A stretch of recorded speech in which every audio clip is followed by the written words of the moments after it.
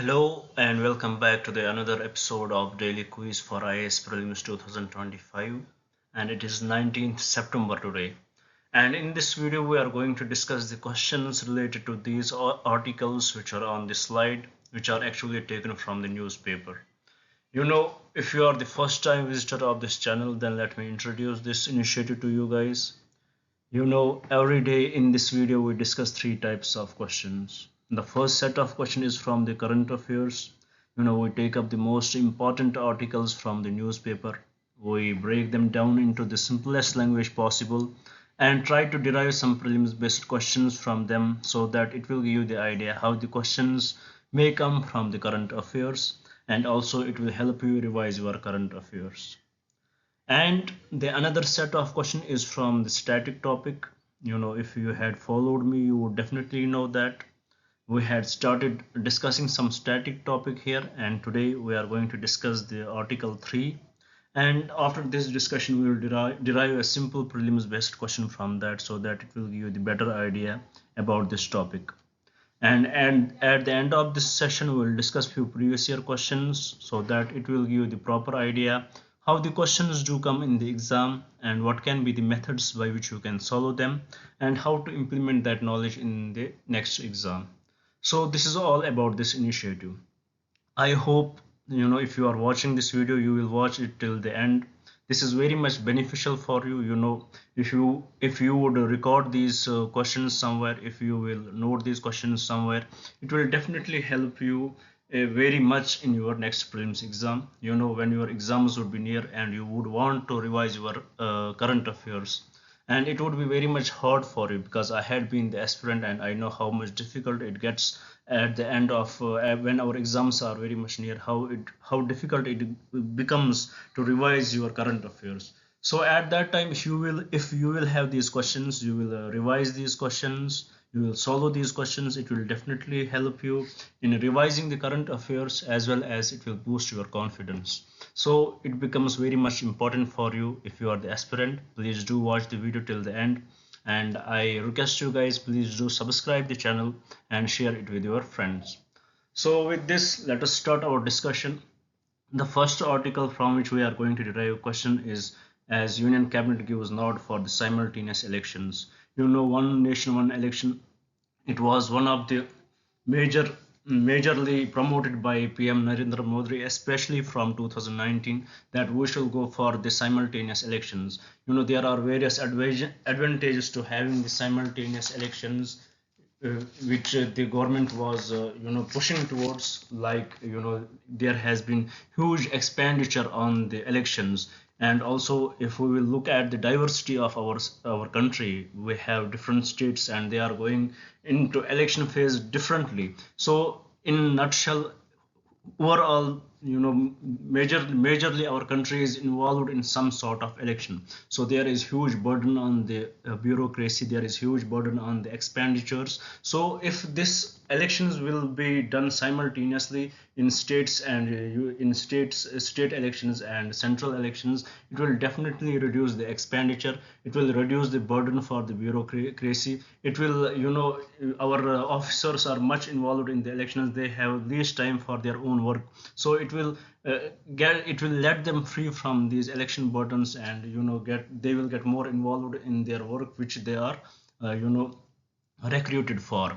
And also our politicians, they are always indulged in these election campaigns. They will also get the time to do their job for which they are elected. So this is what that is why this election, one nation one election was proposed. So with respect to this, a committee was formed, a high level committee was formed, which was headed by our previous president, which is Shri Ramnath Kovind. So say they were very much in support of the one nation one election, and they submitted its report to the president, and president and union cabinet, they gave the nod for it. Now what they will do, they will form a constitutional amendment bill with respect to it, and it will be introduced.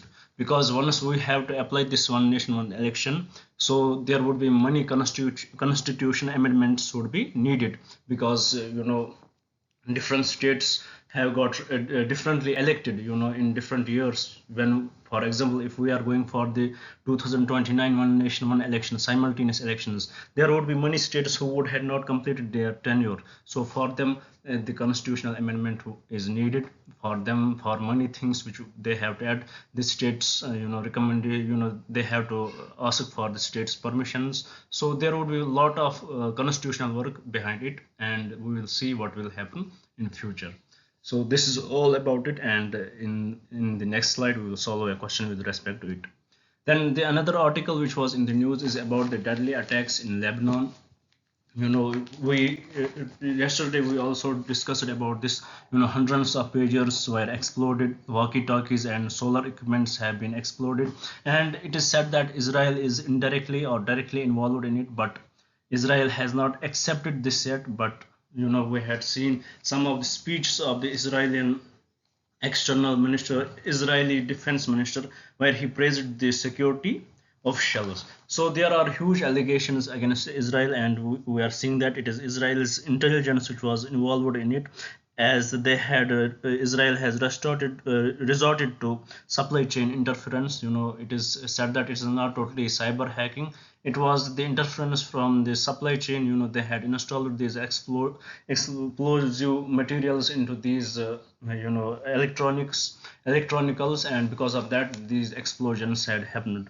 About this, there was a company named Apollo, which was involved in the manufacturing of these walkie talkies uh, and and pagers. So it is said that that company, which is an Taiwanian based company, which was involved in them, and they had said that you know they have done nothing with respect to the manufacturing, but they are getting these things manufactured from some other state. So there are very much involvement of it is said that Israel, its intelligence was very much involved in such attacks. So here, what do we need to learn? We don't know. UPSC may ask you a direct question about gold Apollo, what it is. So we should know about this stuff, and it is very much concerned with the situation in the Middle East, how this war front has changed from Gaza, how it is moving towards the other countries now. So this is how it plays here. Then the another article which was in the news is about the COD summit, which is from 21st on the 21st September. It is going to be held in USA. It was supposed to be held in India, but because of some some conditions, unavoided conditions, this USA wanted this summit to be that they wanted to host this summit, and they asked India, and India agreed. Because we have a futuristic UN summit this month, only in on 20, after this COD summit, and also because of the elections in US. The US president is not allowed to travel that much. So because of all these issues, this COD summit was shifted to USA, and next year's COD summit will be hosted by India. So this was about it, which we should know about COD. We should know that it is an informal diplomatic grouping of India, Australia, USA, and Japan. They came together for the first time in 2024, when during Indian Ocean tsunami. They gave HADR assistance during that time. And it was the Japanese leader who proposed the idea of Asian security diamond, that these four countries should collaborate together and protect the Indo-Pacific, and regulate its policies, and and seize the influence of China in this region.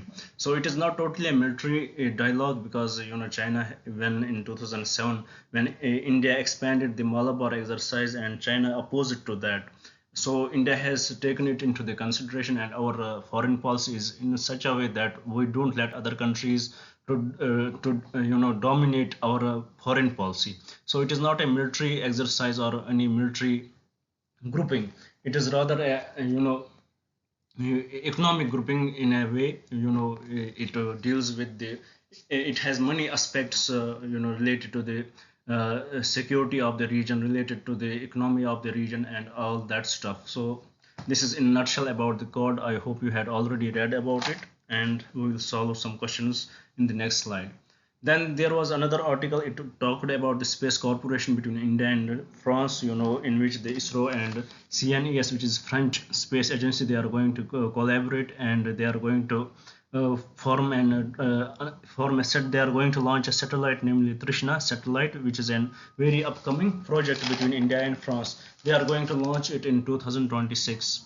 And also we should know that France is helping in India's Gaganyaan mission in the space medication sector. And after that there was article about the India Myanmar border, in which you know about Union Cabinet has approved 31,000 crore project for setting up a border fence on India Myanmar border. So we should know about it. Then the another article, actually a picture of a Puli. What is that? It is a tiger dance. It is it is done during the Onam season, during the Onam festival in Kerala. It is famous there. Then another picture of Vellam Kali, which is a boat racing. It is also famous in Kerala. Then at the end we will discuss about article 3, and finally we will solve some previous year questions. So with this, I hope you had got the idea what was in the news. Now let's try to solve the questions one by one. Here the first question is, which of the following statements correctly identify the challenges associated with the implementation of simultaneous elections in India?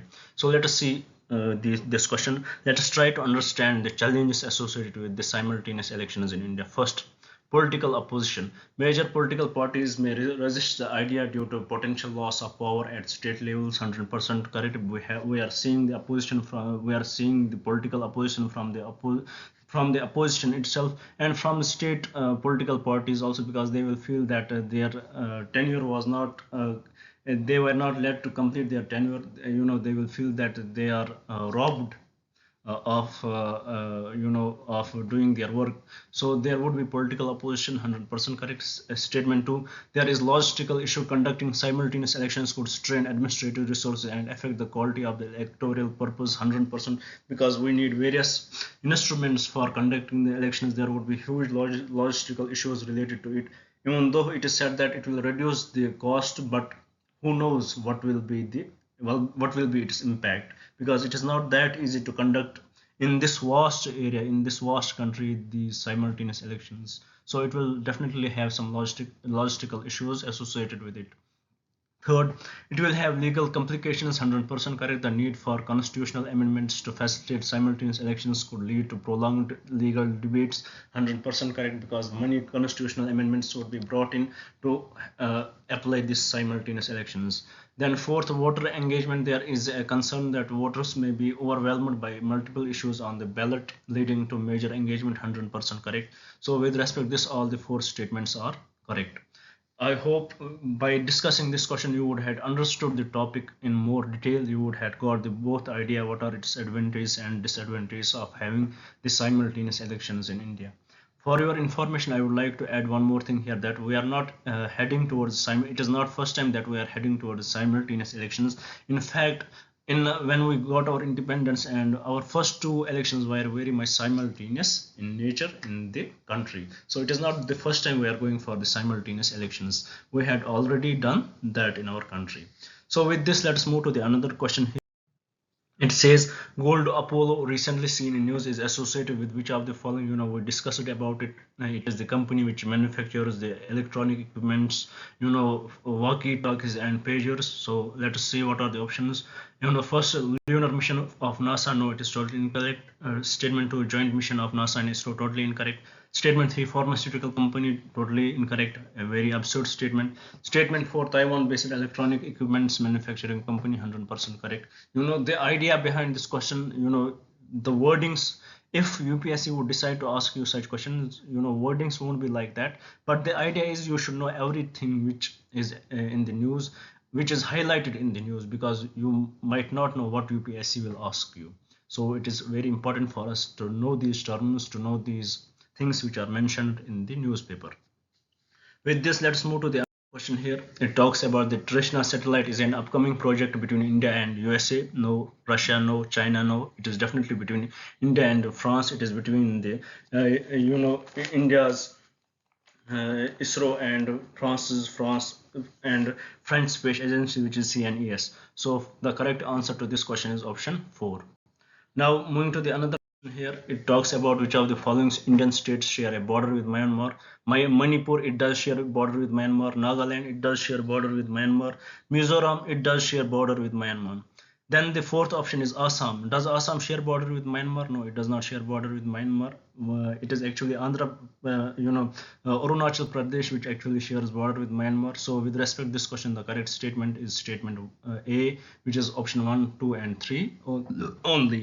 So for this question, the correct answer is option A. With this, let's another question here. It talks about politically, which is a tiger dance, is associated with which Indian state? Is it Andhra Pradesh? No. Maharashtra? No. Karnataka? No. Kerala? 100% correct. We discussed about it. It is famous during the. It is famous, very much famous during the Oman's festival in Kerala.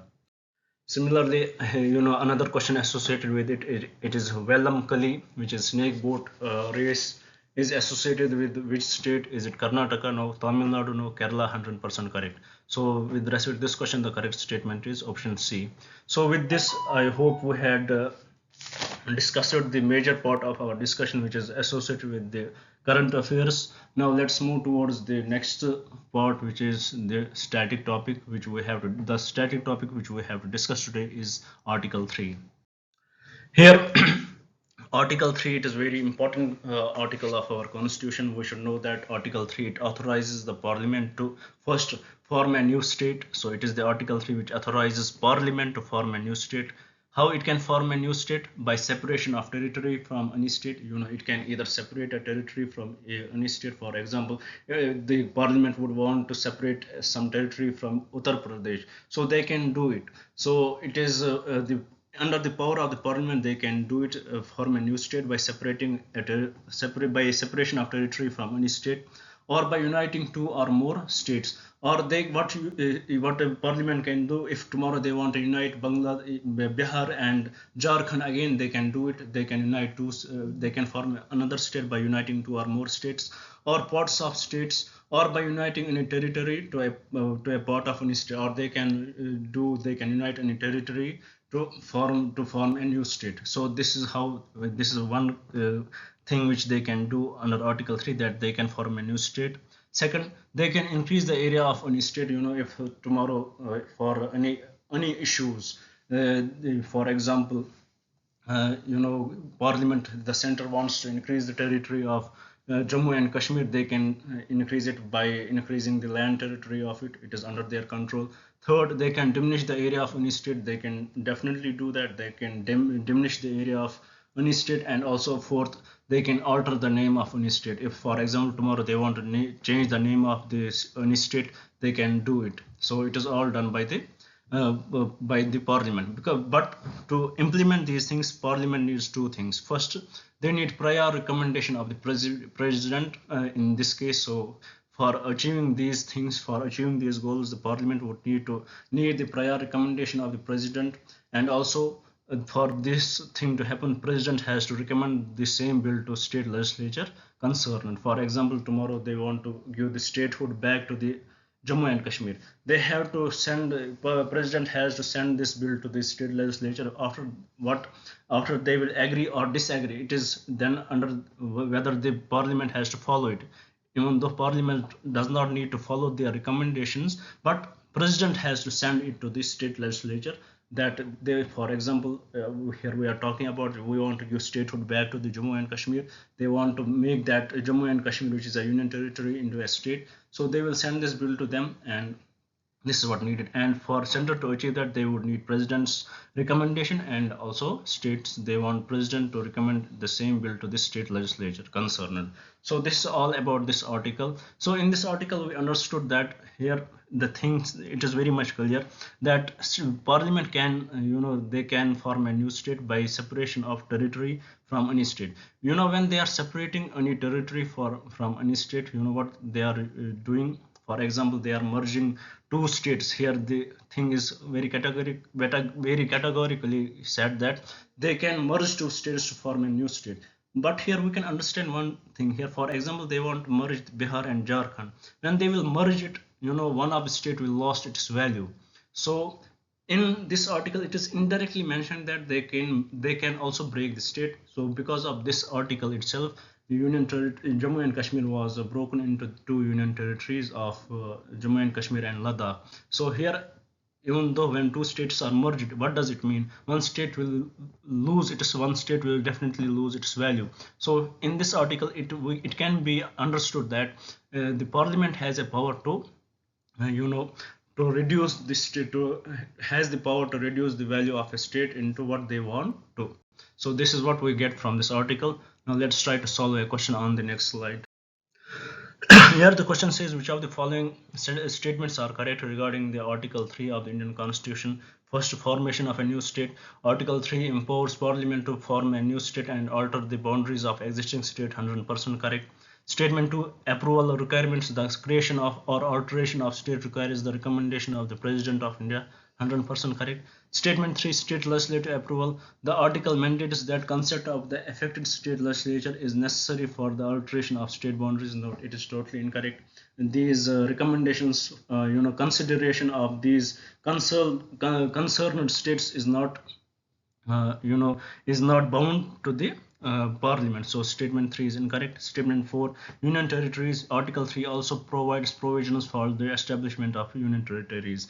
Even though it is not categorically mentioned that it provides for the formation of union territories, but we can assume it from it. But here it is much specific.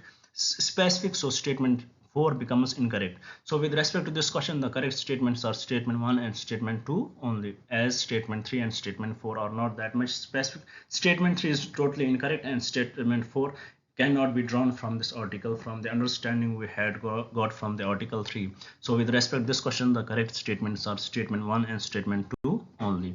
So with this, I hope you had understood the static part also. Now let's move to the last part of our discussion, which is the previous year questions.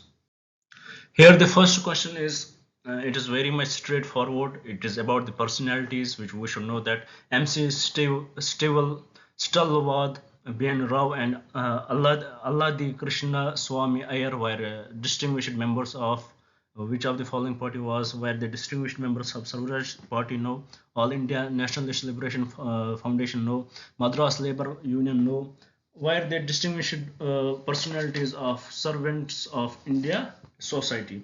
So 100% correct. For this question, the correct statement is Servants of India Society, as it was formed in Pune by Gopal Krishna Gokhale. They were the members of this society. So for this question, the correct statement is option D. Now coming to the last question of today's discussion, it talks about the Simon Commission of 1927 was boycotted because there was no Indian member in the commission. 100% correct. Statement 1 is 100% correct. It was boycotted because there was no Indian person in this commission. All the members were whites in this commission. So statement 1 is 100% correct with respect to this statement. So with this, we complete today's discussion. I hope you would like the video. I hope you would share it with your friends so that they may also get benefited from this initiative.